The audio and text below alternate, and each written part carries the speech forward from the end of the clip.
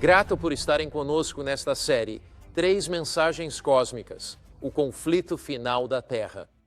Este é o 6º de uma série de 13 partes sobre as profecias do Apocalipse, focando em Apocalipse 14, versículos 6 a 12. Nesses versículos, Deus nos dá 3 mensagens que são levadas por anjos no céu, as quais alcançarão os confins da terra pouco antes de seu retorno. Nesta apresentação, focaremos no versículo 6. Temei a Deus e dai-lhe glória, pois seu juízo chegou. Adorem aquele que fez céu, terra, fontes, fique conosco. Você se alegrará ao sentir o significado desses versículos e Deus falando ao seu coração. Vamos orar. Pai Celestial, queremos te agradecer por não teres deixado este mundo na incerteza. Não deixaste este mundo sem uma mensagem que vem do teu coração para prepará-lo para o teu breve retorno. Ajuda-nos a ter mentes abertas, espíritos receptivos para compreender a tua mensagem para esta hora, em nome de Cristo. Amém. O livro do Apocalipse não se destina apenas a encher-nos de símbolos místicos, sinais enigmáticos e estranhas bestas. O livro do Apocalipse foi feito para nos impulsionar, para nos levar a tomar decisões eternas em nossas vidas e para realmente nos compelir à ação.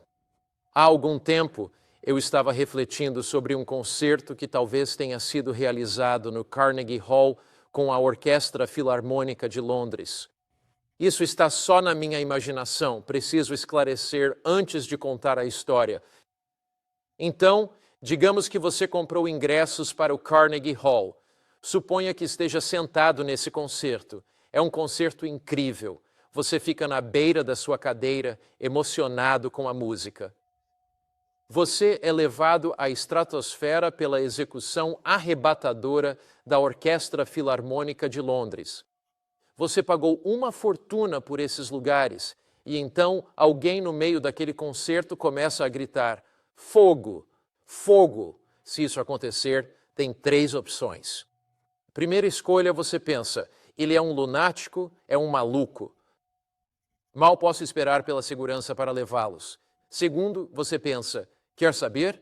Você pensa, isso pode ser verdade? Fica grato por alguém ter gritado fogo. Não há perigo, sai correndo com gratidão.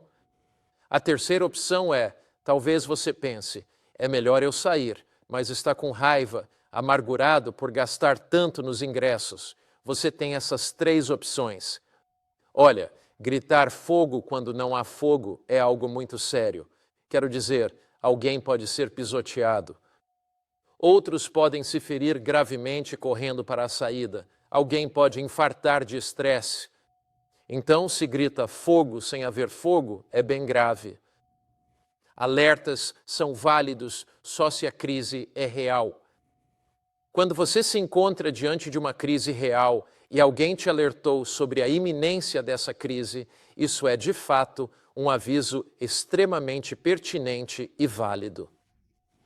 O aviso no livro do Apocalipse não é um alerta que se manifesta com dureza ou rigor.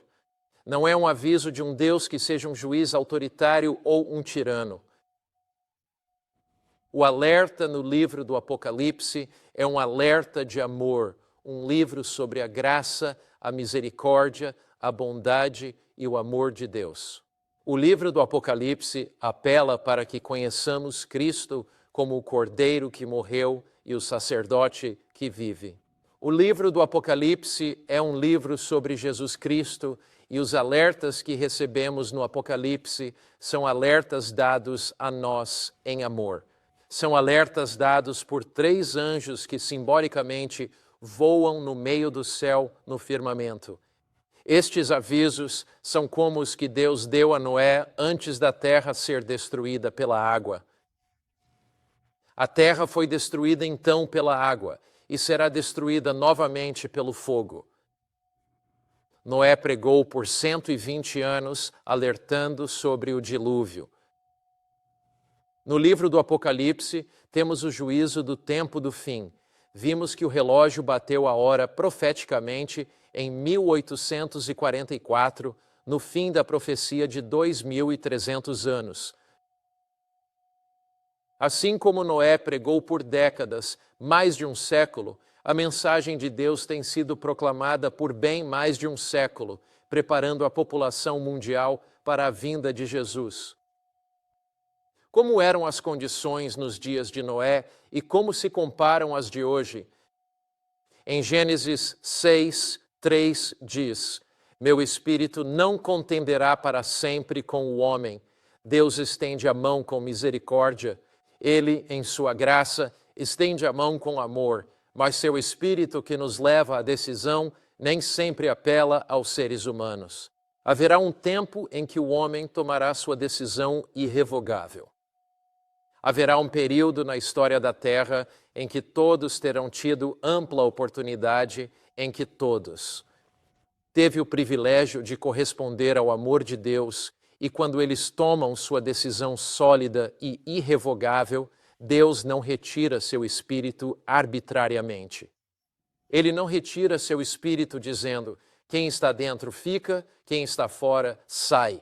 Quando a mensagem de Deus foi proclamada nos dias de Noé, e quando Noé e sua família entraram na arca e a porta se fechou, ela não se fechou enquanto muitos mais poderiam, honesta e graciosamente, arrependido, confessado o pecado e entrado, fechou-se, pois decidiram. Então, a graça não será encerrada arbitrariamente por Deus. Será o sinal irrefutável de que cada ser humano já terá tomado a sua decisão. Quais eram as condições nos dias de Noé? Gênesis 6, 5 parece descrever as condições atuais. O Senhor viu que a maldade humana era grande na terra e toda a intenção dos pensamentos do seu coração era continuamente má.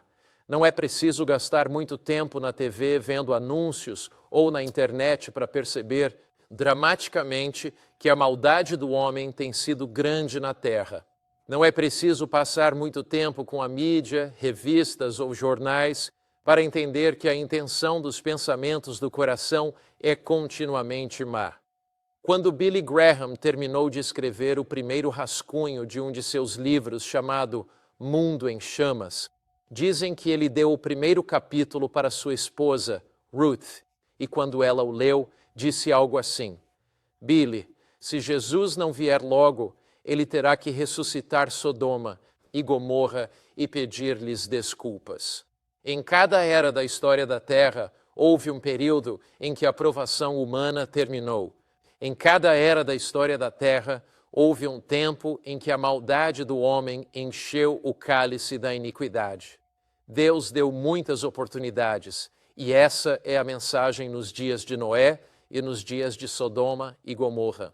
É a mensagem de Daniel na Babilônia com Belsazar, quando a escrita na parede apareceu: Mene, Mene, Tekel, Upharsin, foste pesado e achado em falta. É a mensagem dos 3 anjos. É a mensagem do primeiro anjo, um apelo urgente a todos para que tomem suas decisões por Cristo hoje. A mensagem desses anjos é o aviso e a esperança final de Deus. É uma mensagem de amor cheia de esperança e graça para esta geração. 2 Pedro 3, 4 e 10 dizem: o dia do Senhor, a vinda de Cristo, virá como ladrão, ou seja, rápido, inesperado. Os céus passarão com grande estrondo, os elementos, ardendo, se desfarão, e a terra e as obras nela serão queimadas. A terra foi destruída pela água uma vez, e será destruída pelo fogo uma segunda vez. Jesus vem, mas não principalmente para destruir a terra. A intenção de Cristo não é simplesmente destruir o nosso mundo. É para destruir a maldade, para que a justiça reine. Não é para destruir o mal, embora isso ocorra com sua vinda. É para redimir os justos. Jesus está vindo porque o céu está vazio sem você. A comunhão que Cristo tem com anjos, querubins e serafins é incompleta sem você. Jesus vem porque Ele te quer. Ele quer que viva numa terra sem doença, sofrimento, morte ou dor. Ele te quer para sempre, é a mensagem dos 3 anjos. Essa é a mensagem desses três seres cósmicos que voam no meio do céu. Essa é a mensagem de o conflito final da Terra, de um Deus amoroso que prepara a humanidade para os últimos dias da história. Vamos ao cerne do livro do Apocalipse e ver os detalhes desta mensagem. Apocalipse 14, 6 a 7 diz: Temei a Deus e dai-lhe glória, pois a hora do juízo de Deus é chegada. Estudamos isso nas últimas duas palestras. O juízo de Deus chegou, o relógio bateu a hora. Adorai aquele que fez o céu, a terra, o mar e as fontes das águas. Agora, observe a expressão, temei a Deus e dai-lhe glória. Perguntamos, o que significa temer a Deus? O que significa dar-lhe glória? Que apelo é este na prática para os nossos corações? Como de fato nós tememos ao Senhor? Como de fato depositamos nossa lealdade em Deus, em sua graça e misericórdia? Será que temei a Deus é um apelo para tremer e estremecer diante dele? Certamente existe esse senso de reverência e respeito a Deus, mas esta palavra temor na língua original do Novo Testamento, o grego, é fóbio e tem este sentido de reverência, admiração e respeito, mas vai além disso. Esta palavra temor ou fobel nas Escrituras tem a ver com uma ideia bastante ampla. É sobre respeitar a Deus o bastante para obedecer. Está ligado a um processo de pensamento em minha mente que me leva a decidir fazer o que Cristo ordenar, sabendo que os mandamentos dele são os melhores e em meu benefício. Não é uma ordem impositiva, mas sim um apelo amoroso à obediência. No livro O Desejado de Todas as Nações, página 22, leio: O uso da força é contrário aos princípios do governo de Deus. O diabo usa a força, não Deus. Ele, Deus, deseja apenas o serviço do amor, e o amor não pode ser ordenado nem ganho pela força ou autoridade. Somente pelo amor o amor é despertado. E é por isso que em Apocalipse 14, 6 está escrito: Vi outro anjo voando pelo meio do céu com o Evangelho eterno. O Evangelho, o amor de Deus manifestado na vida, morte, ressurreição e intercessão de Cristo nos céus. O amor de Deus nos capacita a responder, a temer a Deus ou a obedecer a Deus. Este amor nos conduz à obediência. No Desejado de Todas as Nações, página 22, conhecer a Deus é amá-lo. Seu caráter deve ser manifesto em contraste com o de Satanás. Assim, no livro do Apocalipse, o amor de Deus nos alcança, levando-nos à obediência amorosa, a respeitá-lo, reverenciá-lo, ou seja, temê-lo o suficiente para obedecê-lo. Isso contrasta com o poder da besta. O poder da besta em Apocalipse força, o poder da besta em Apocalipse coage, o poder da besta no livro do Apocalipse aprova um decreto em que ninguém pode comprar ou vender, a menos que adore a besta. O poder da besta no livro do Apocalipse é um poder político-religioso anticristão que persegue o povo de Deus, como as uniões igreja-estado. Ele também decreta morte ao povo de Deus. Então você vê este contraste incrível, um contraste entre o amor de Deus que leva à obediência voluntária, delineado nesta mensagem do primeiro anjo, e Satanás, que tenta coagir e forçar a lealdade. O contraste não poderia ser maior. Esta batalha pela lei de Deus, esta batalha pelo trono de Deus, esta batalha sobre quem tem autoridade para governar é descrita em Isaías 14, versículos 13 a 14. Lúcifer disse: subirei ao céu, já estava lá, mas queria mais. Exaltarei o meu trono acima das estrelas de Deus. Meu trono acima das estrelas de Deus. Trono implica governo, ele quer governar. Eu me sentarei no monte da congregação. Ele diz, nos lados mais distantes do norte. Qual era esse monte ao norte de Israel? O Sinai. O que veio de lá? A lei de Deus. Subirei acima das nuvens. Serei como o Altíssimo. Então, Lúcifer, ser criado, não quis adorar o Criador. Lúcifer, sendo uma criatura, quis se exaltar acima do Criador e reinar. Ele queria criar leis e não obedecer às leis. Assim, a questão entre o bem e o mal era sobre a autoridade. Deus tem autoridade para governar? É Deus um governante amoroso?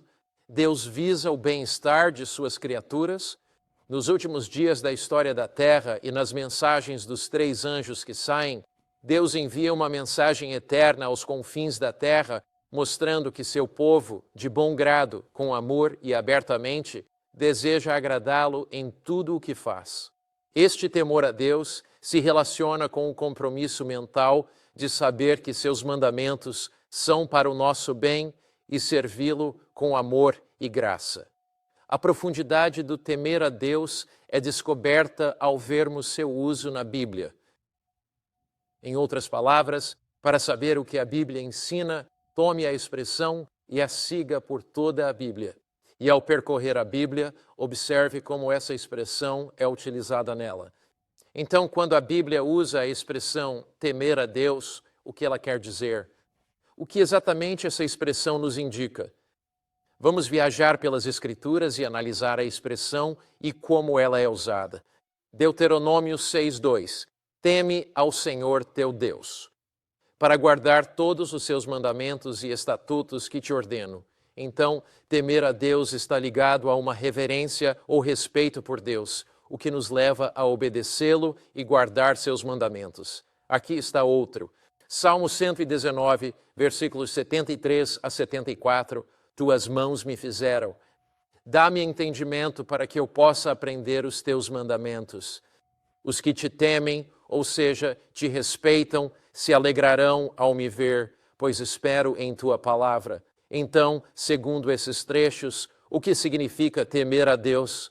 Significa alegrar-se, ser feliz em nossa obediência a Ele. Eclesiastes 12, 13 a 14 diz: ouçamos a conclusão de tudo. Esta é a conclusão.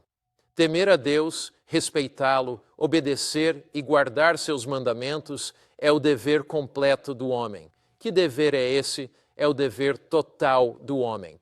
Então, isto diz: teme a Deus, guarda os seus mandamentos, pois este é de fato todo o dever inteiro do homem.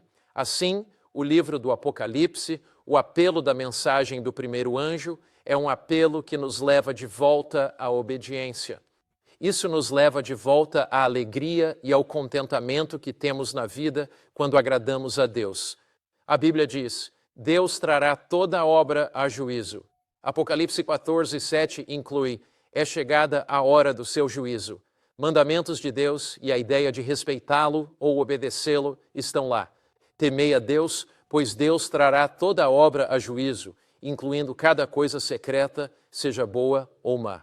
Novamente, por toda a Bíblia, você tem essa ligação, você tem essa unidade integrada de obedecer a Deus porque o amamos, respondendo à sua graça e à sua obediência, e a ideia de juízo, que seremos julgados pelas escolhas que fazemos e pelas vidas que vivemos. À luz do juízo, o céu apela para que os salvos pela graça vivam vidas piedosas. Agora, existem aquelas pessoas que têm essa ideia estranha de que, quando eu venho para Jesus, é só Jesus. E para elas, só Jesus significa só Jesus, no sentido de que Ele me salvou da culpa e da condenação do meu pecado, mas não há muita ênfase na obediência, não há muita ênfase na doutrina bíblica. Você não pode separar Cristo da doutrina. Aceitar Jesus não significa aceitar um Jesus místico ou um Jesus etéreo. Aceitar Jesus é seguir seus ensinamentos. É entender que, quando venho a Cristo, não há condenação para quem está em Cristo Jesus.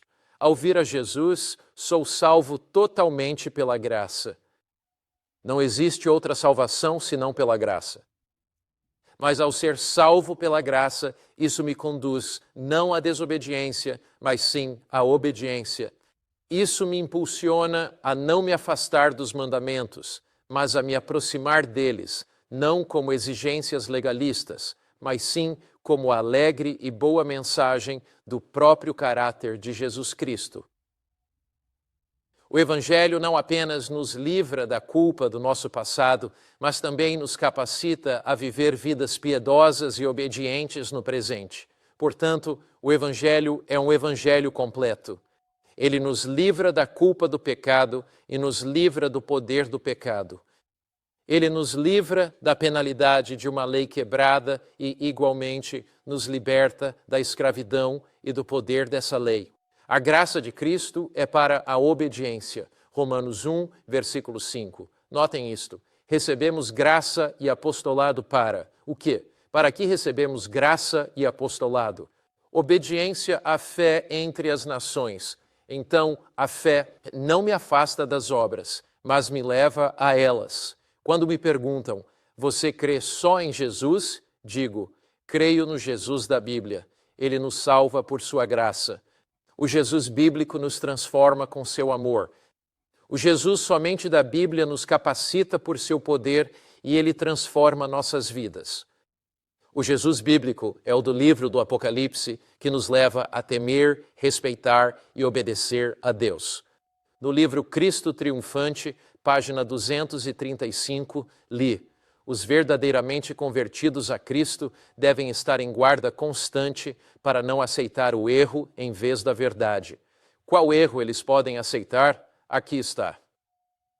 Aqueles que pensam que a doutrina não importa, contanto que creiam em Cristo, estão em terreno perigoso. Que tipo de terreno é esse, pessoal? Eles estão em terreno perigoso, porque você não pode separar Cristo dos ensinamentos de Cristo. Você não pode separar Cristo da doutrina. Jesus falou da Bíblia como sua palavra. Santifica-os na verdade. A tua palavra é a verdade. João 17, 17. Aceitar Cristo é aceitar sua palavra. Jesus disse, por exemplo, que não há outra salvação. Ao aceitá-lo, você o aceita como o caminho. Jesus disse, não se turbe o vosso coração. Creiam em Deus, creiam também em mim. Na casa de meu pai há muitas moradas. Senão, eu vou-lo teria dito. Eu voltarei. Se aceita Cristo, crê nos seus ensinamentos, ele voltará. Se você aceita Cristo, aceita seus ensinamentos sobre obediência, o sábado bíblico e os ensinamentos de Deus, o Criador. Se aceitas Cristo, aceitas o que ele disse sobre a morte, vida e ressurreição. Aqueles que pensam que a doutrina não importa, desde que creiam em Jesus Cristo, em que tipo de terreno estão? Em terreno perigoso. Cristo é a verdade doutrinária em pessoa. Assim, ao aceitarmos Cristo, aceitamos a verdade revelada nas Escrituras Sagradas. Nós não damos as costas para o Cristo que proclamou e ensinou essa verdade. Andrew Bonar, grande escritor cristão, diz sucintamente o seguinte: obediência instantânea é a única que existe. Obediência adiada é desobediência. Quem busca se afastar da obediência, afasta-se da. Não a importância da coisa, mas a majestade do legislador é o padrão da obediência. Alguns podem considerar regras mínimas e arbitrárias como insignificantes. Bonar continua. Mas o princípio envolvido na obediência ou desobediência não era outro senão o mesmo princípio que foi provado no Éden, ao pé da árvore proibida. É realmente isto. O Senhor deve ser obedecido em todas as coisas. Tudo o que Ele ordena, Ele é um legislador santo. Suas criaturas são obrigadas a dar assentimento implícito à sua vontade. Veja bem, a questão é muito mais do que o mandamento específico. A questão é a autoridade do legislador. A questão é, aceitamos um Cristo limitado ou aceitamos a plenitude de Cristo? Será que aceitamos e abraçamos a beleza e a grandeza de Cristo? E desobedecer aos mandamentos de Cristo é desobedecer à aceitação da plenitude de Cristo. Cristo tem mais para você do que você pode imaginar. Cristo tem mais para você em sua vida, que é maior do que dizer, eu aceito Cristo, agora posso viver como eu quiser, agora posso viver como quiser. Jesus te convida a viver essa experiência. Ele diz, temei, obedecei e respeitai a Deus, temei a Deus. É a atitude mental de obediência que nos leva a fazer tudo o que Jesus diz. Apocalipse é um apelo urgente à luz do juízo para colocar Deus no centro de nossa vida. Alguns fazem do dinheiro o centro de suas vidas, outros do prazer.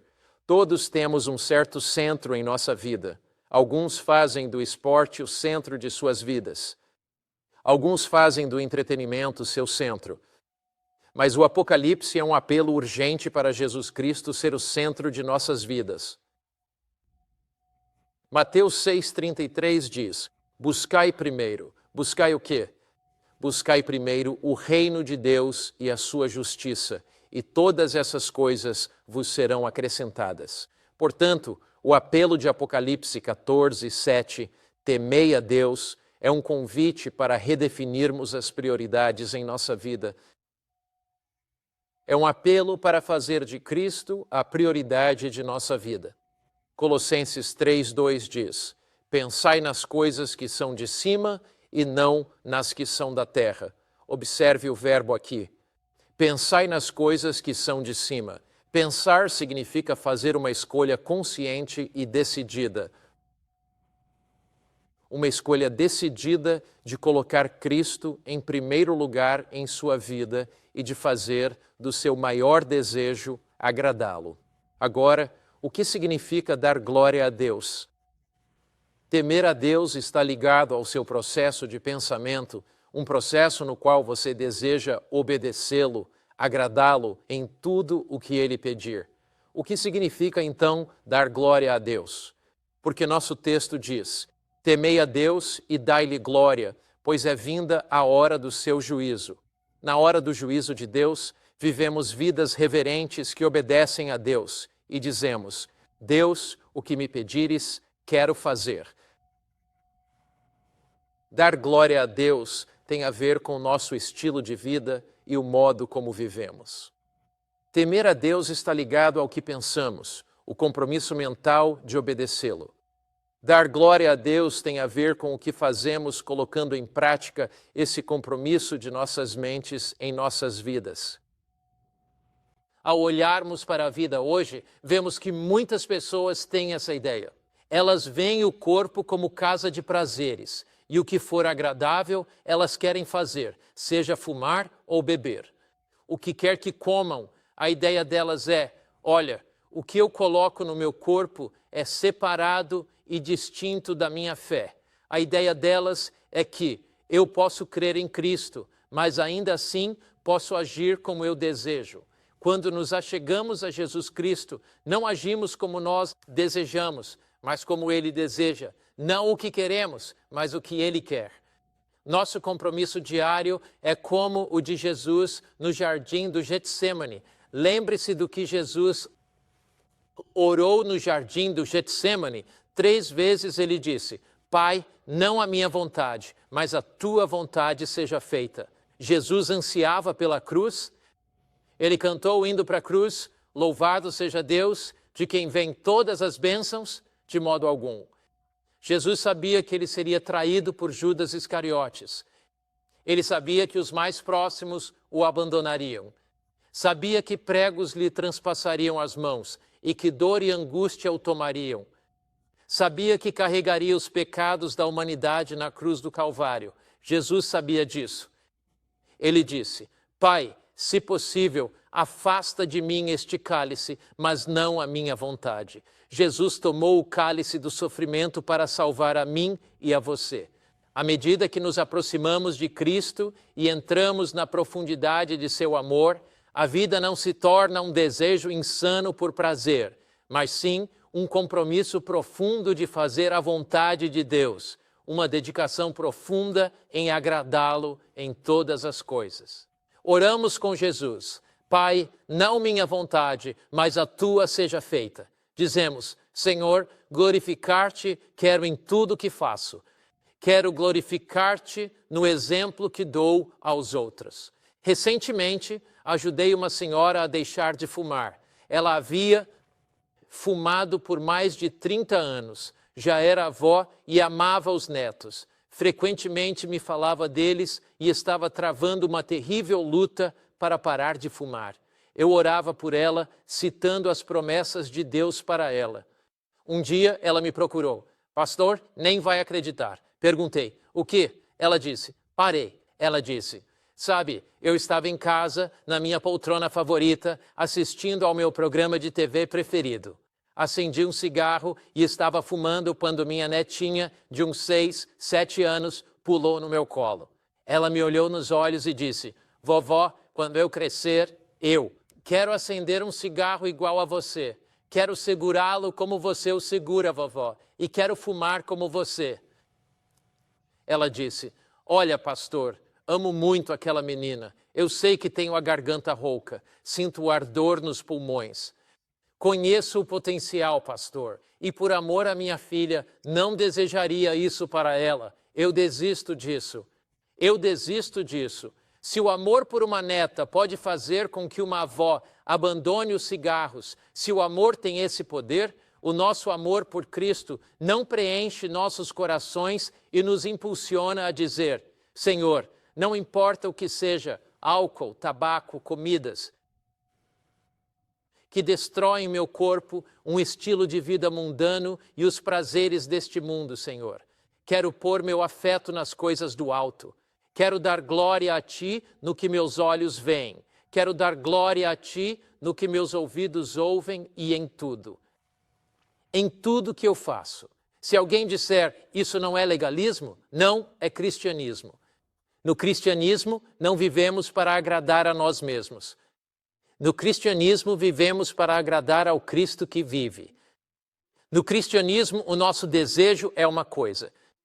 Nosso desejo é dizer, Senhor, o que for na minha vida, desejo agradar-te. Romanos 12, 1, Paulo diz, rogo-vos, insisto, rogo-vos, pois, irmãos, homens e mulheres, pelas misericórdias de Deus, já que Ele vos concedeu graça e vos salvou por seu amor, pelas misericórdias de Deus que apresenteis. Notem que é uma decisão voluntária.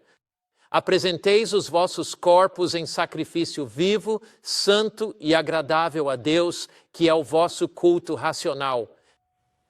Aqui o apóstolo Paulo faz este apelo urgente.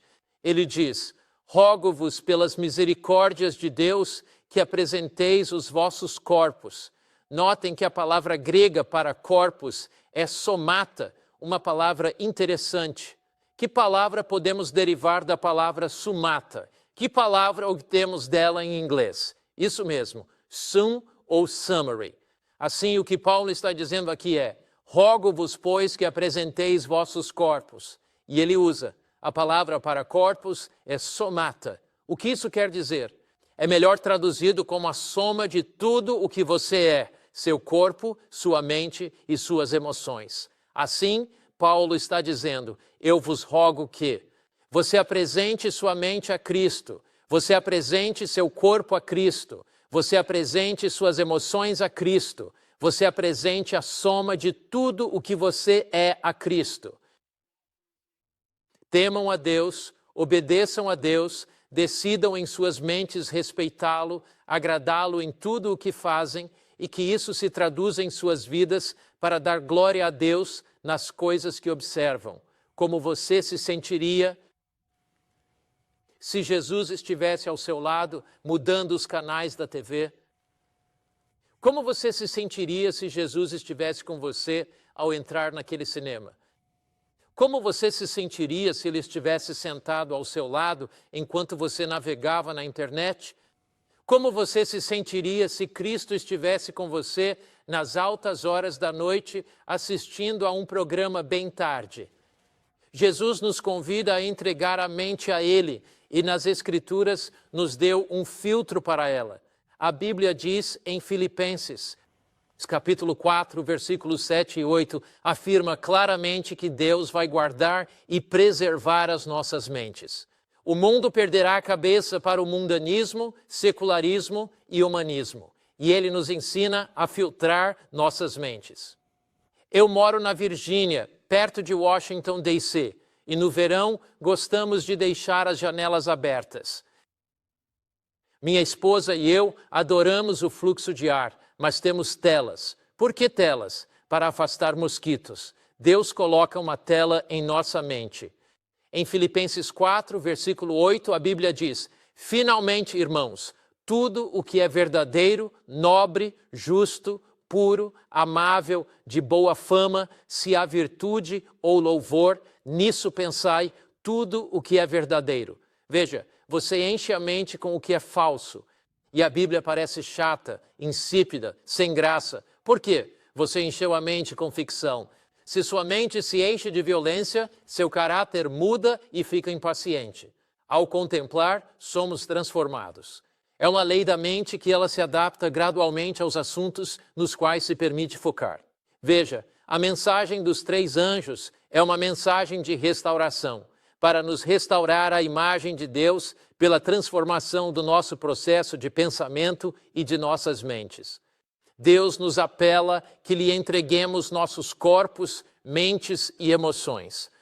Romanos 12, 1, você sabe onde diz, que é o vosso culto racional. Gosto de como a tradução de Phillips coloca: rogo-vos, pois, irmãos, que apresenteis os vossos corpos, a soma de quem sois, faculdades mentais, físicas, emocionais, como sacrifício vivo. A tradução de Phillips diz, como um ato inteligente de adoração. Assim, ao nos voltarmos a Cristo e entregarmos nossa vida a Ele e decidirmos mentalmente temê-lo, obedecê-lo ou respeitá-lo, quando damos glória a Deus em nossos corações e mentes, isso é um ato inteligente de adoração. 1 Coríntios 3,17 diz, se alguém destruir o templo de Deus, pois somos templos, não casas de prazer, Deus o destruirá. Pois o templo de Deus é santo e esse templo sois vós. Nossos corpos são seu templo.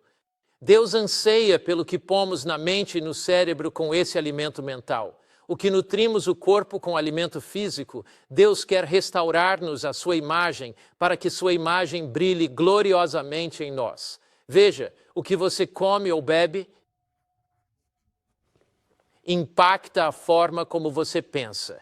E assim, quando comemos alimentos que não são saudáveis, isso obstrui a corrente sanguínea, os corpúsculos vermelhos que levam oxigênio ao cérebro, onde o Espírito Santo se comunica conosco.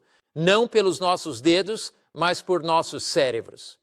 Deus anseia que tenhamos saúde, não só para que vivamos anos a mais ou para estarmos livres de muitas doenças que afligem a humanidade, mas porque Ele deseja que tenhamos corpos saudáveis e saúde abundante. João 10:10 diz, eu vim para que tenham vida abundante, mas há algo além. A mensagem do primeiro anjo visa nos preparar tanto mental quanto fisicamente para a vinda de Jesus. Deus anseia que seu Espírito Santo nos prepare para o grande dia da volta de Jesus. Ele quer que tenhamos mentes claras para pensar com clareza, sentindo seu Espírito em nossos corações e mentes. Portanto, o divino apelo de Cristo nesta última geração é: coloque seu corpo, sua mente, suas emoções sobre o altar como um sacrifício vivo para Cristo. Paulo diz, ofereçam seus corpos como sacrifício vivo. É um apelo para Deus ser o centro de nossas vidas. Para alguns, o apetite é o centro de suas vidas. Para alguns, o entretenimento é o centro da vida. Para algumas pessoas, as roupas são o centro de suas vidas. Contudo, Deus apela a você, Deus apela a mim para que Jesus Cristo seja o centro de nossas vidas. Damos glória a Deus ao revelar seu caráter ao mundo com vidas devotadas a fazer sua vontade neste momento derradeiro da história da Terra. Nestes últimos dias da história da Terra, neste tempo do fim da história da Terra, há uma mensagem que é retratada como sendo levada por 3 anjos no meio do céu. A narrativa dessas 3 mensagens cósmicas é bem mais emocionante do que qualquer trilogia ou drama de Star Wars. É uma luta intergaláctica, a batalha pelo universo. É a batalha pelo trono e Deus nos envia uma mensagem tão importante para esta geração quanto a de Noé para a sua. Uma mensagem tão importante quanto a de João Batista para preparar as pessoas para a primeira vinda de Cristo. É para restaurar o homem e a mulher à imagem de Deus. É uma mensagem para restaurar nos homens e mulheres o conhecer a Cristo profundamente. É uma mensagem que restaura a mente e o processo de pensamento. Uma mensagem que restaura a saúde do corpo. É uma mensagem para temer, reverenciar, respeitar e obedecer a Deus. É uma mensagem para glorificá-lo, dando-lhe glória em tudo que comemos, bebemos e fazemos. É uma mensagem de graça, uma mensagem de salvação em Cristo que transforma as nossas vidas, tornando-nos crentes obedientes. Agora, o apóstolo Paulo nos chama para fora da mesquinhez de nossos mundos autocriados para a grandeza dos mundos que Cristo criou. Paulo estava em uma prisão. Ele estava lá, na prisão mamertina, em Roma. Paulo agora já é um homem idoso. O ano é por volta de meados dos anos 60 depois de Cristo e Paulo escreve com a mão trêmula. Há linhas profundamente marcadas em seu rosto e ele escreve sobre sua própria vida. Ele escreve para a igreja de Filipos, que ele visitou uns 10 anos antes, e Paulo escreve estas palavras. Ele diz, apegai-vos à palavra da vida. Paulo faz um apelo àquela geração, e esse apelo é feito a nós também. Apegai-vos à palavra da vida. The date was July 25, 1950. Nem aceite a tradição ou as opiniões dos homens, mas encha sua mente e coração com a palavra de Deus. Apegue-se à palavra da vida para que eu me alegre no dia de Cristo. Apegue-se à Bíblia e à palavra de Deus. Deixem que Cristo mude sua vida pela graça, sendo obedientes. Apegai-vos à palavra da vida para que no dia de Cristo não corra ou trabalhe em vão. Sim, estou sendo derramado como uma oferta de libação sobre o sacrifício e serviço da sua fé. Alegro-me convosco. Paulo diz, alegro-me na esperança em Cristo, sua salvação, a cruz que me assegura o perdão dos meus pecados, na esperança do ministério de sumo sacerdote de Jesus, de que, do santuário celestial, ele me dará forças para suportar esta prova. A esperança da sua segunda vinda, Paulo diz, estou sendo derramado como oferta. Estou sendo derramado no altar de sacrifício por Cristo. Cada um de nós oferece a sua própria vida por alguma causa. Paulo dedicou a sua vida a Cristo.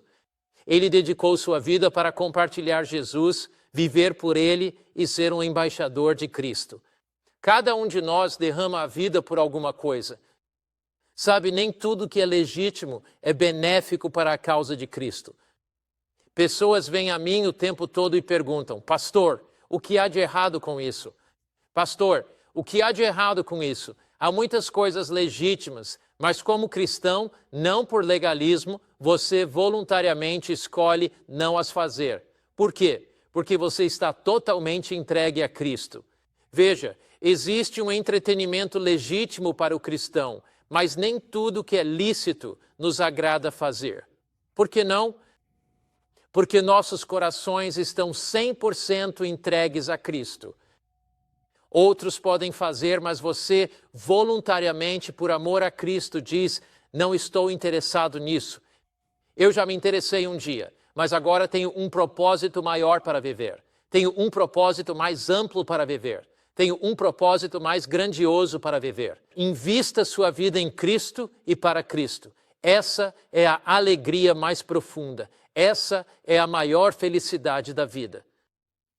Algumas pessoas dedicam suas vidas ao trabalho. Outros dedicam suas vidas aos esportes. Todos nós estamos derramando nossas vidas por algo. E Jesus diz, derrame sua vida em compromisso comigo. Derrame sua vida em serviço a mim. Derrame sua vida em fraqueza por mim. Alguns derramam suas vidas em prazer e entretenimento. São loucos por prazer. Você leu sobre aquela experiência fascinante que uma das grandes universidades orientais fez com macacos? Eles queriam descobrir qual era o impulso principal desses macacos, então pegaram um eletrodo e o inseriram no centro de prazer, no cérebro do animal. Identificaram o centro do prazer no cérebro do macaco. E ao inserirem esse eletrodo em seu cérebro, conseguiam apertar um botão fora da jaula do macaco, que mandava um impulso elétrico pelos fios, direto pela sonda até o cérebro do macaco. Então, o macaco, a cada impulso elétrico, saltava, aplaudia e fazia cambalhotas na jaula. Puseram comida na jaula e apertaram o botão do eletrodo. O macaco não comia a comida, só queria prazer. Eles colocaram a macaca mais bela na jaula. Ele não ligava para a fêmea nem para os filhotes, apenas queria sentir prazer. E então, você sabe o que eles fizeram? Botão do prazer na jaula, ensinaram o macaco a apertá-lo. O macaco continuou apertando, apertando, até se matar.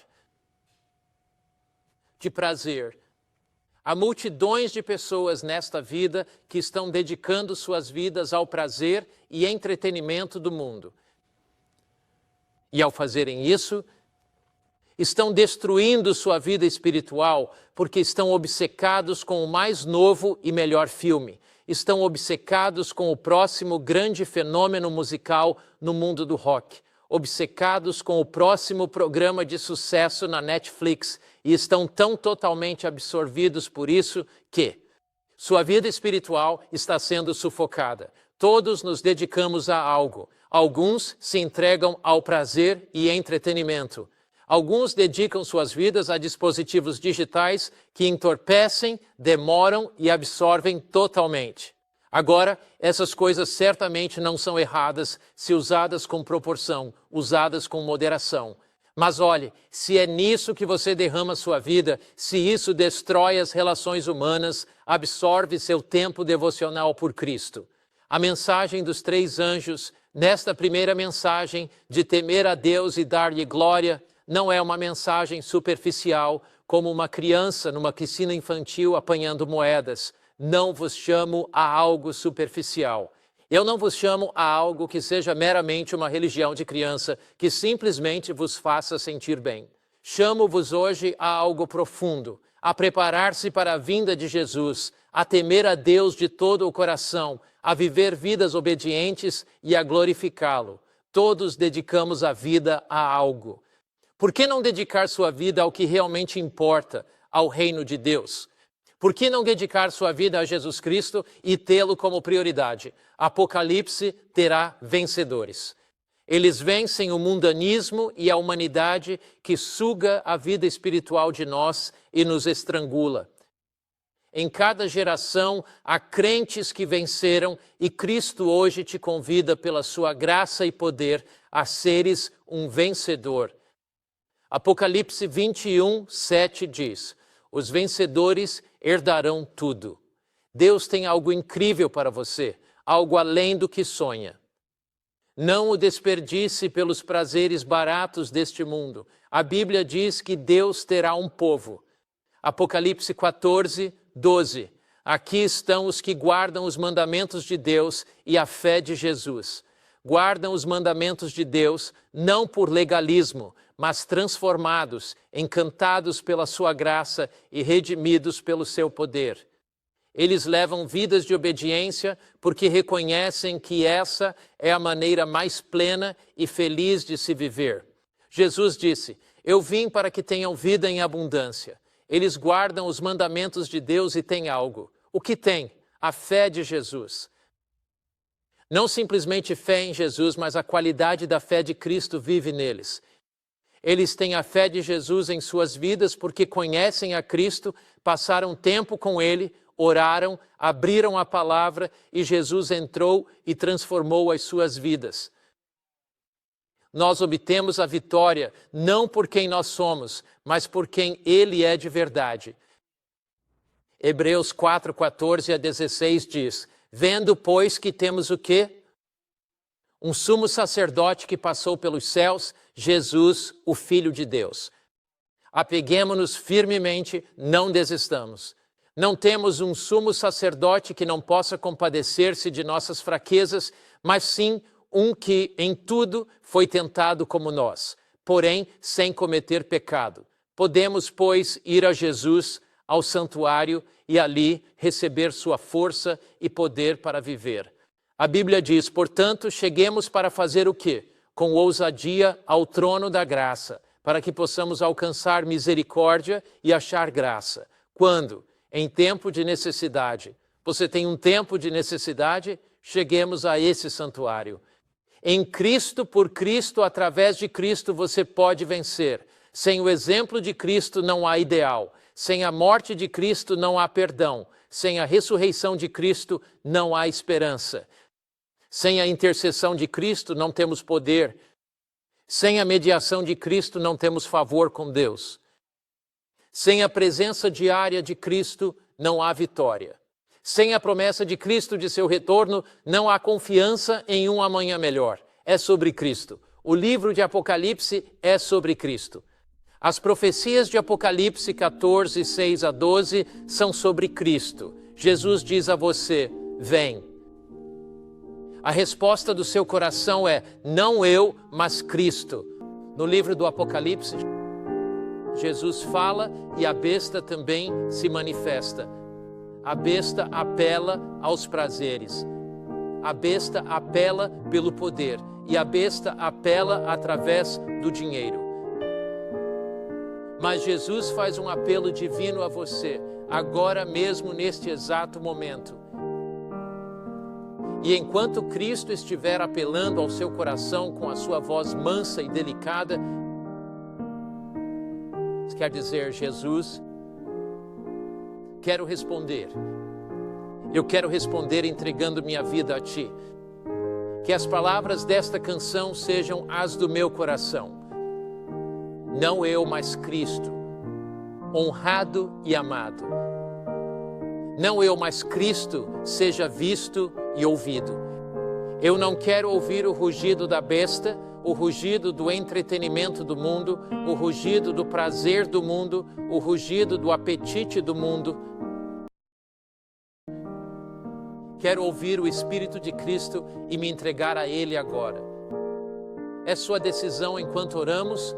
Ó Jesus, muito obrigado, pois o Teu caminho é o de vida abundante, o Teu é o de verdadeira felicidade e o Teu é o de alegria completa.